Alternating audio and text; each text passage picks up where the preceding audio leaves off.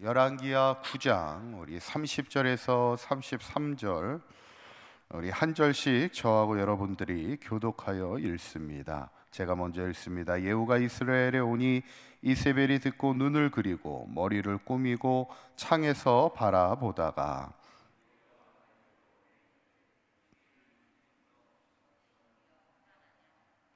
예후가 얼굴을 들어 창을 향하고 이르되 내 편이 될 자가 누구냐 누구냐 하니 두원에서가 예후를 내다보는지라.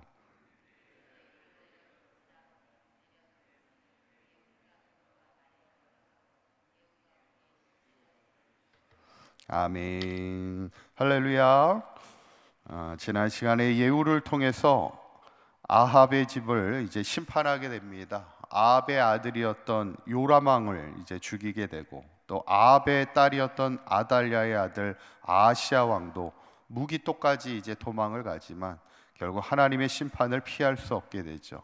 시편에 있는 말씀처럼 악인의 길은 바람에 나는 겨와 같고 하나님의 심판을 견디지 못한다는 그 말씀이 그대로 이루어지는 것을 이제 보게 됩니다.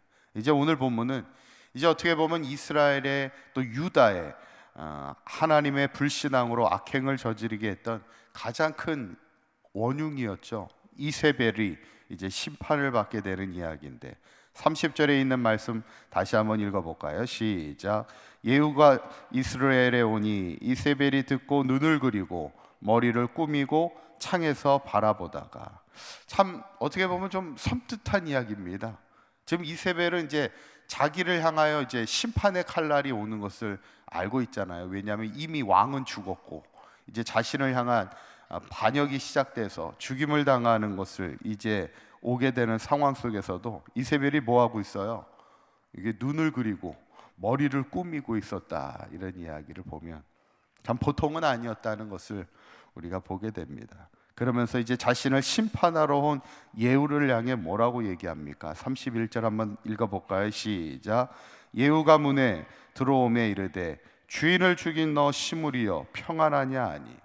그러니까 결국 하나님의 심판을 하고 있는 예후를 향해서 주인을 죽인 너 시므리여, 이렇게 이야기합니다. 너는 주인을 죽인 자밖에 안 된다는 거예요. 어떻게 보면 끝까지 하나님의 사람에 대해서 저주하고 있는 그런 이세벨의 어떤 그런 악한 모습을 마지막까지 그리고 있는 것을 봅니다. 그때 이제 예후는 아무런 대답을 하지 않고 그 옆에 있던 내시들을 향해 뭐라고 명령하냐면 33절에 있는 말씀 한번 다시 읽어봅니다. 시작.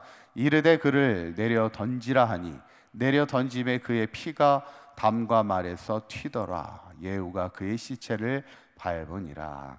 아멘. 내시들로 하여금 이세벨을 그 창 밖으로 던지라는 거예요. 아무래도 이제 왕이나 왕비가 머물던 방은 이제 성 높은 곳에 있었겠죠. 그러다 보니까 창문 밖으로 내어 던지게 돼서 내시들이 딱 보니까 이미 전세는 기울여졌고 그래서 이제 더 이상 왕비를 지킬 이유가 없는 겁니다. 그러다 보니까 이제 이세벨을 창 밖으로 던지게 돼서 그 성경에 보면 그의 피가 담과 말에게 튀었다, 이런 얘기를 하면 어떻게 보면 참 참혹한 죽음이었다, 이게 비참한 죽음이었다, 이것을 이제 성경이 말하고 있는데, 더 참혹한 죽음은 뭐냐면 그 다음 구절입니다. 35절에 있는 말씀을 보면 이렇게 나오죠. 한번 읽어볼까요? 시작. 가서 장사하려 한즉 그 두골과 발과 그의 손 외에는 찾지 못한지라 그랬어요. 그래도 예후가 그 한 나라의 왕비였었잖아요. 그러니까 장사를 지내주려고 이제 가서 시신을 수습하라 명령을 합니다. 그런데 딱 가니까 뭐만 남아 있어요? 두골하고 발과 손 외에는 찾지 못했다는 거예요. 왜 찾지 못했을까요? 왜 나머지 어떤 시신의 부분들은 왜 찾지 못했을까? 그거는 하나님의 심판의 말씀이 그대로 이루어진 게 뭐냐면, 그 다음 36절에 보면 뭐라고 나오냐면 하나님의 심판의 예고가 이세벨이 나중에 이제 하나님의 심판을 받을 때 개들이 와서 그 시신을 먹을 거다라는 것이 하나님의 심판의 예고였어요. 그러니까 지금 두골과 손과 발만 남고 나머지는 찾을 수 없었다는 얘기는 이미 개들이 와서 나머지 시신을 다 먹어버렸다는 얘기예요. 그러니까 참 얼마나 참혹한 죽음입니까? 가끔 이렇게 우리가 도로를 이렇게 다니다 보면 이게 동물들, 뭐 고라니나 동물들이 이렇게 길에서 죽은 것을 이렇게 보잖아요. 그러면 이제 그 시신이 사체가 어떻게 돼요? 이제 차가 왔다 갔다 하다 보니 다 훼손이 되잖아요. 그러니까 훼손된 자체가 이미 비참한 죽음이고, 또 가끔 보면은 그 훼손된 시체를 이렇게 까마귀들이 와가지고요 이렇게 먹고 있는 장면도 이렇게 보게 되면 참 안 됐다, 이런 생각이 들잖아요. 오늘 딱 이세벨이 그 모양이에요. 창밖으로 던져져서 시신이 다 훼손이 되고 피가 튀고 훼손이 될 뿐만 아니라 동물이 와서, 까마귀가 와서, 또 개들이 와서 먹고 있었다. 이것은 그만큼 그의 죽음이 비참하고 처참한 죽음으로 끝이 나는, 결국 하나님을 향한 불신앙. 이세벨이 얼마나 악했습니까? 하나님의 성전을 다 문 닫게 하고 하나님의 사람들을 다 잡아 죽였습니다, 이세벨이. 그러면서 온 이스라엘 땅에 우상들을 다 모이게 해서 우상의 신전을 짓고 우상 선지자들을 널리 퍼뜨렸던 사람이 이세벨인데, 그 악행을 저질렀던, 신앙의 나라를 흔들었던 그 이세벨이 마지막 최후의 비참한 죽음으로 끝나가야 되는데, 정말 이제 마지막 그의 죽음이 비참한 이유는 37절에 있는 말씀입니다. 한번 37절 읽어볼까요? 시작. 그 시체가 이스라엘 토지에서 거름같이 밭에 있으리니 이것이 이세벨이라고 가리켜 말하지 못하게 되리라 하셨느니라 하였더라. 아멘. 예후가 그래도 한 나라의 왕이기 때문에 그 시신을 그대로 두진 않고 장사를 지내게 했지만, 결국 장사를 지내도 무덤을 만들어 주진 않았다는 거예요. 그냥 밭에 내버리게 되는 겁니다. 밭에, 그냥 아무 밭에 거름같이 묻어두었다는 거예요. 그래서 이곳이 이세벨이 시신이 묻혀 있는지는 아무도 알지 못했다는 거예요. 왜냐하면 그녀의 죽음은 아무에게도 기념이 되지 않는 부끄러운 죽음이기 때문이에요. 한평생 이스라엘에 대해서 아무런 정말 너무나 악한 영향을 했기 때문에 그의 죽음을 다시는 기억하고 싶지 않았던 것이 이스라엘 백성의 마음이었다는 것을 보게 되죠. 여러분, 성경에 보면 많은 사람들이 이제 마지막 때가 돼서 죽을 때 가장 영광스러운 죽음이 뭘까요?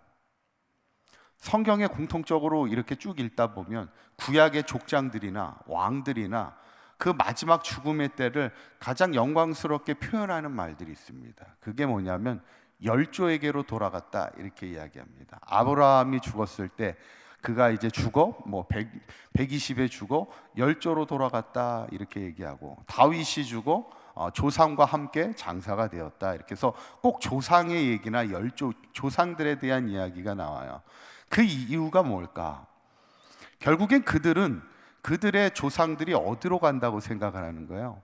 가장 영광스러운 죽음은 그의 이제 육신은 조상들이 묻혀 있는 무덤에 같이 장사되는 것이 가장 영광스러운 죽음이고, 결국 또 조상들의 열조로 돌아갔다는 얘기는 뭐냐면, 육신은 비록 무덤에 있지만 그들의 영혼은 하나님 나라 천국에 들어간다고 그들은 생각을 하는 거예요. 그러니까 그들이 죽어서 천국 가는 인생이 되는 것을 최고의 영광으로 생각하는 게 열조로 돌아갔다, 조상들과 함께 이제 돌아갔다는, 하나님 나라로 다시 돌아갔다는 것이 가장 영광스러운 죽음인데, 오늘 이세벨의 죽음은 가장 부끄러운 죽음입니다.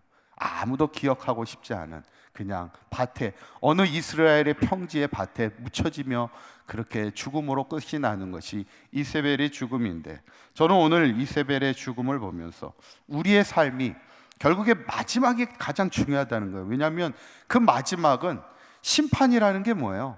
그동안 살아왔던 인생에 대한 평가가 하나님의 심판입니다. 근데 그 심판 앞에 이세벨의 죽음은 부끄러운 죽음이었고 비참한 죽음이었고 참혹한 죽음으로 끝이 나는, 평가되어지는 인생을 살았던 것이 이세벨인데, 우리의 인생은 마지막 하나님의 심판의 날에 하나님 앞에 기왕이면 칭찬받는 인생이 되고, 죽음도 영광스러운 죽음이 되어 하나님 나라 돌아가는 천국 백성이 되는 하나님의 영광이 있는 백성의 삶이 되어야 되지 않겠나. 바라기는 우리 사관교회 모든 성도님들이 한평생 하나님을 향한 온전한 믿음의 삶을 통하여 마지막 하나님의 심판의 평가의 그날에 하나님 앞에 칭찬받고 영광과 존귀함을 얻을 수 있는 저와 여러분들의 삶이 되시기를 주님의 이름으로 간절히 축원합니다. 기도하겠습니다. 고맙고 감사하신 하나님, 오늘 이 새벽에 비참한 죽음, 부끄러운 죽음을 살펴보게 됩니다. 이것은 하나님의 심판이었음을 기억하며 우리의 삶이 어떤 순간에도 죄인의 자리에, 악인의 자리에 서지 않게 하여 주시고 마지막까지 믿음 지키며 하나님의 영광을 위하여 살아갈 수 있는 우리의 삶이 되게 하여 주시옵소서. 마지막 주님 앞에 섰을 때 칭찬과 영광과 존귀함을 얻는 믿음의 삶을 끝까지 살아가는 우리 사관교회 모든 성도들 되게 하여 주시옵소서. 오늘 하루도 주님과 동행하는 복된 하루가 되게 하여 주시고 주님이 우리에게 주시는 믿음의 즐거움과 기쁨과 감사가 충만한 복된 하루가 되게 하여 주시옵소서. 우리 주 예수 그리스도의 이름으로 기도하옵나이다. 아멘.